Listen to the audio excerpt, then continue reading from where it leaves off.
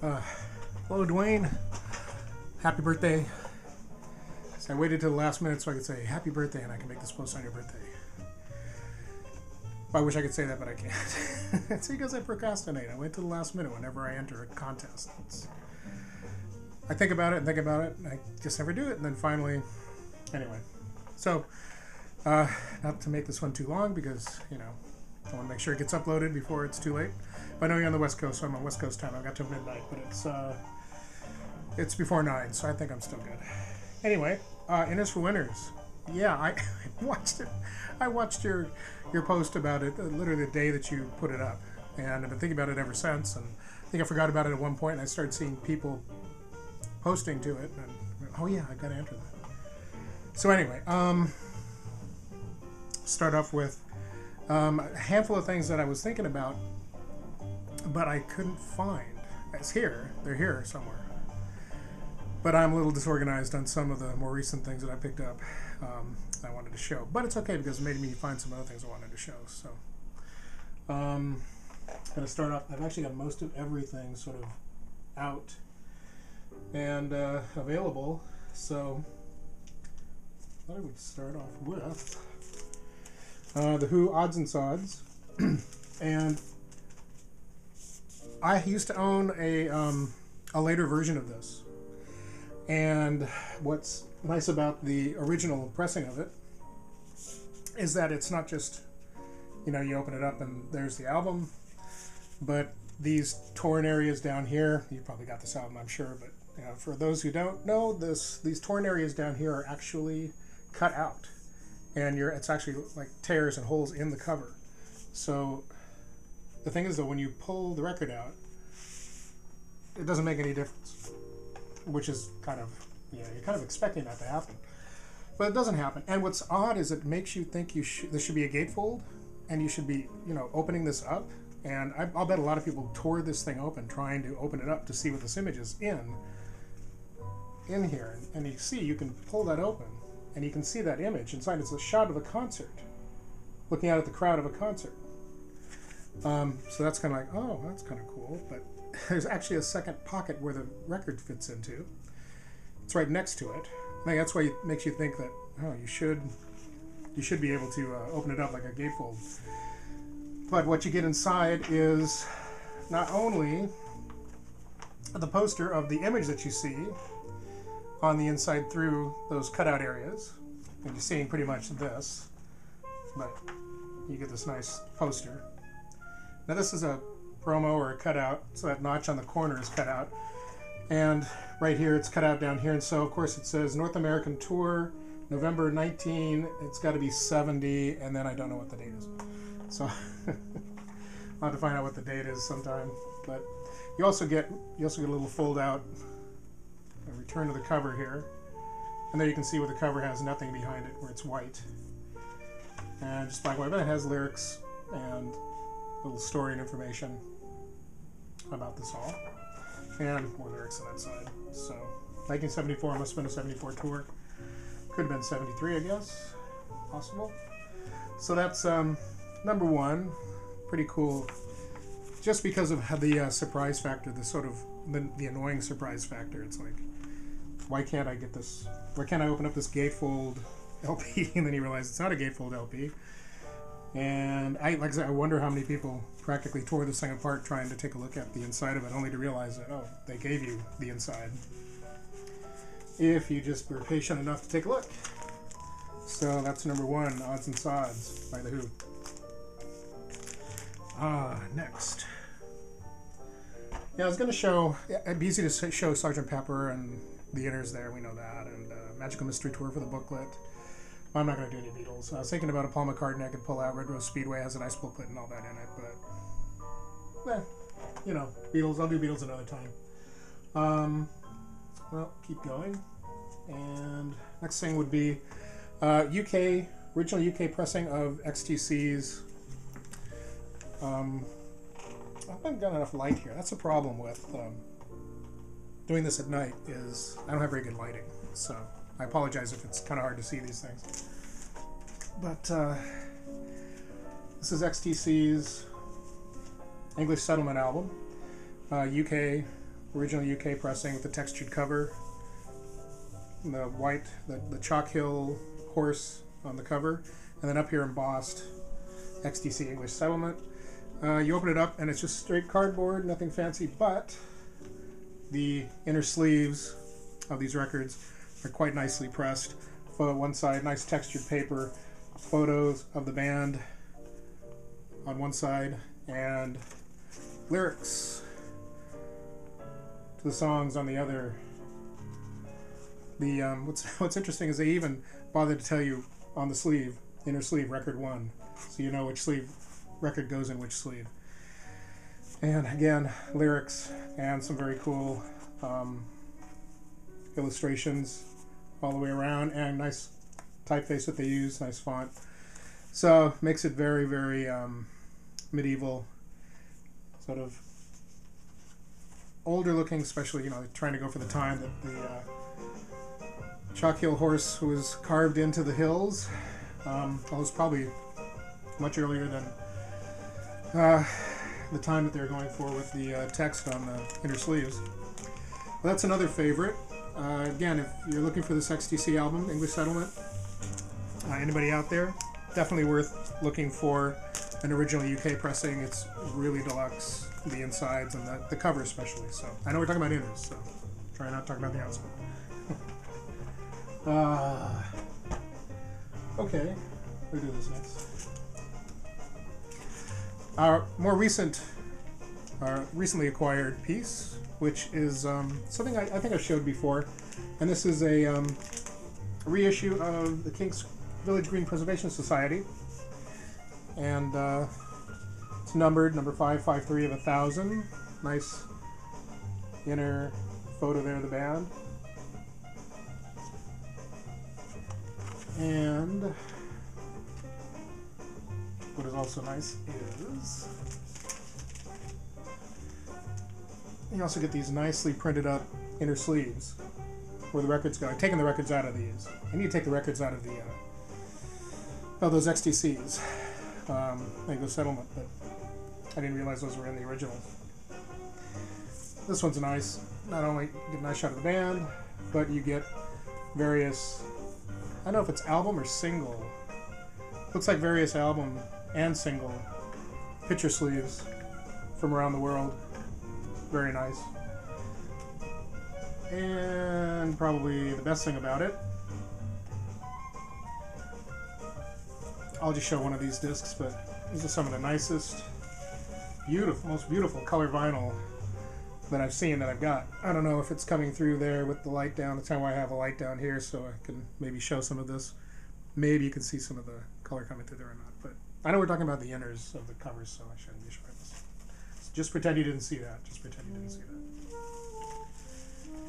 that. And I think I will take the time to put that away a little bit later, because that's a bit cumbersome. Let's see. This is one I just happened to come through when I was looking through my collection. This is the soundtrack to Monty Python and Holy Grail, appropriate for this time of year. Not Holy Grail, I'm sorry, Life of Brian. Holy Grail comes up first thing in my head when I think of Monty Python, and I think everybody does. But this is the soundtrack to Life of Brian, which has some music, a little bit of song, has a song at the end of from the end of the movie. But the inside of it has a very nice, I've got this separated, taken out. It's mostly dialogue and whatnot from the film, but one side, nice shot of the film, and then on the other side it has various photos from the film, different scenes.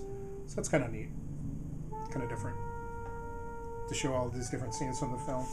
George Harrison is in one of these scenes. And I can remember the scene, I just can't describe it. I remember, I can see it.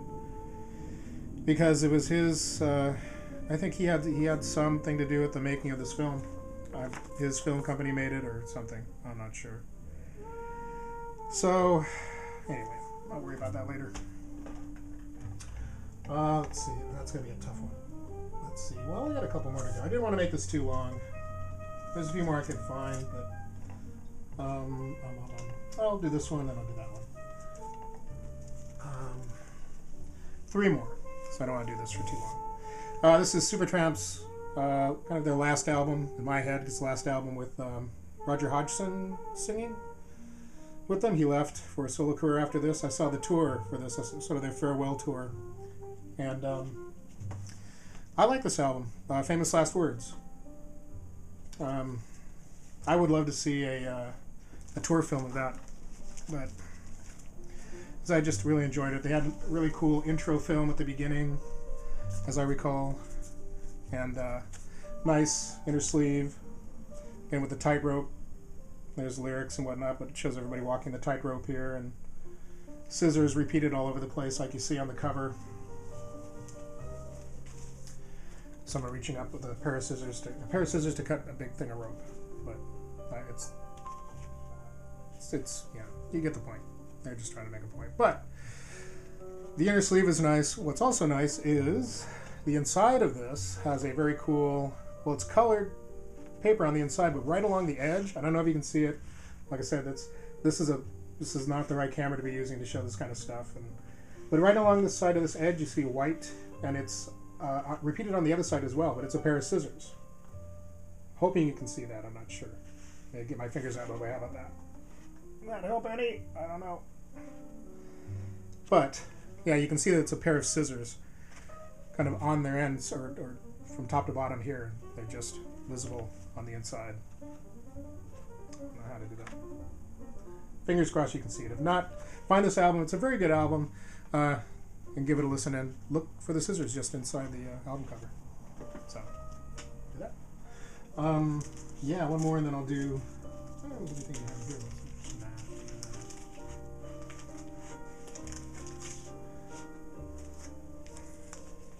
I haven't even taken the price tag off of this. I started collecting Procol Harum albums now, and this is Grand Hotel, one of their better efforts, I think. Kind of later in their early career. That makes sense. If you look at the bulk of from their early career on to the main stuff they did in the 70s. This is, I'm not sure what year this is, but it is later on in their early part of their career. Nothing much to say about the inner sleeve. However, the inside gatefold is very nice.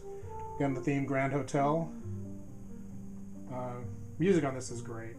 One of the, like I said, one of the better albums. But it also comes with a nice booklet, Welcome to the Grand Hotel.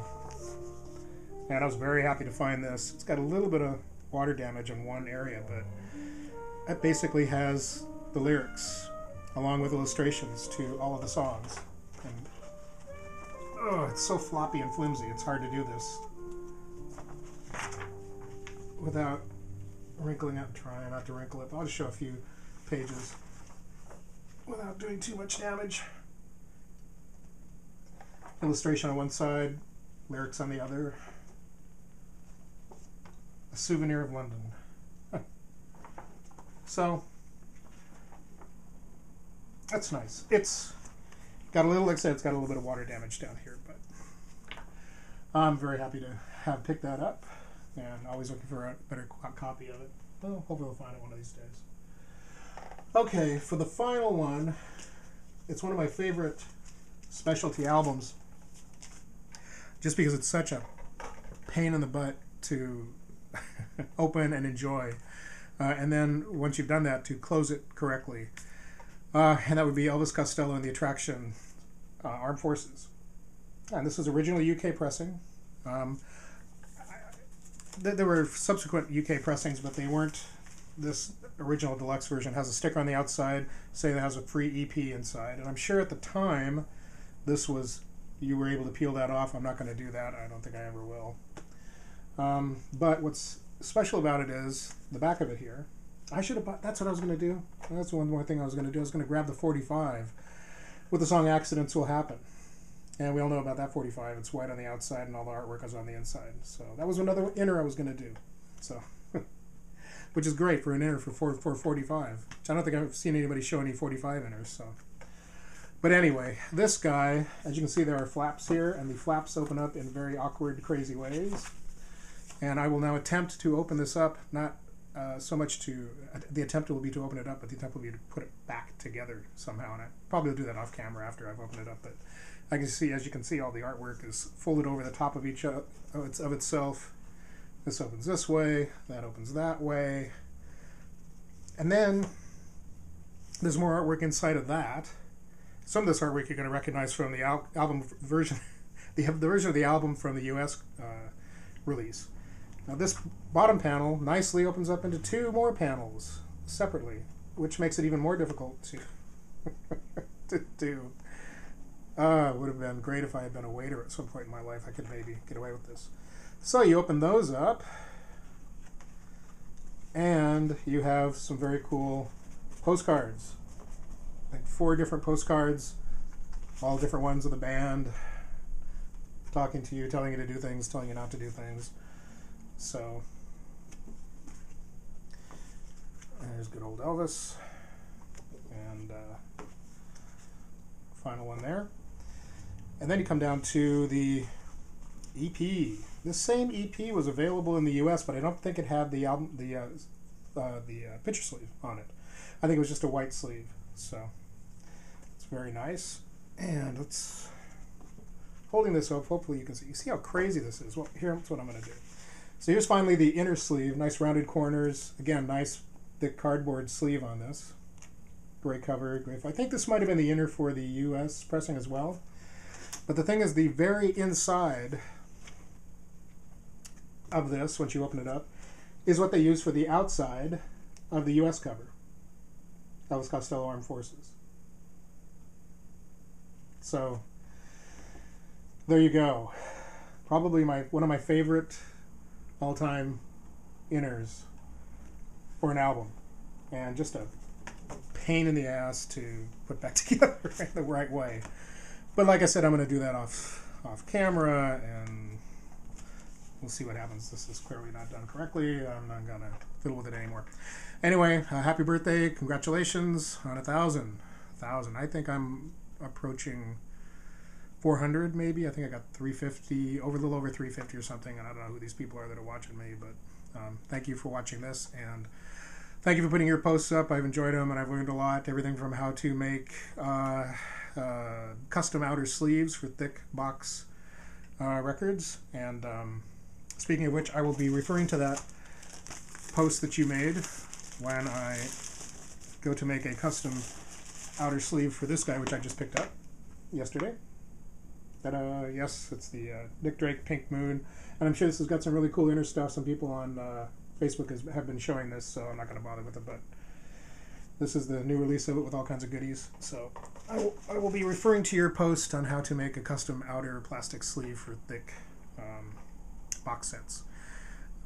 And a couple of other, also going to be the one that you did on how to clean album covers without destroying the album artwork, and all kinds of really great tips. So enjoy that. Enjoy your enthusiasm that you put into your posts, and envious of your music room and your luck and skill at finding all these great bargains and all this music. And it's just, it's frustrating, because I wish we had Goodwills and thrift shops that had great stuff like this to find. And well, we don't, but it's great to see somebody out there getting those things, and I'm glad it's you. So anyway, take care, and see you around sometime. Happy birthday, and bye.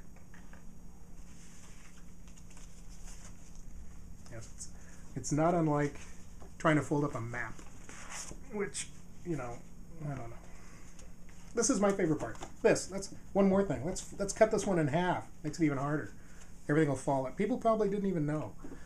And they opened this thing up, and everything just sort of spilled out. I'm surprised this one isn't as good a shape as it is. Anyway, so great artwork, though. My favorite inner.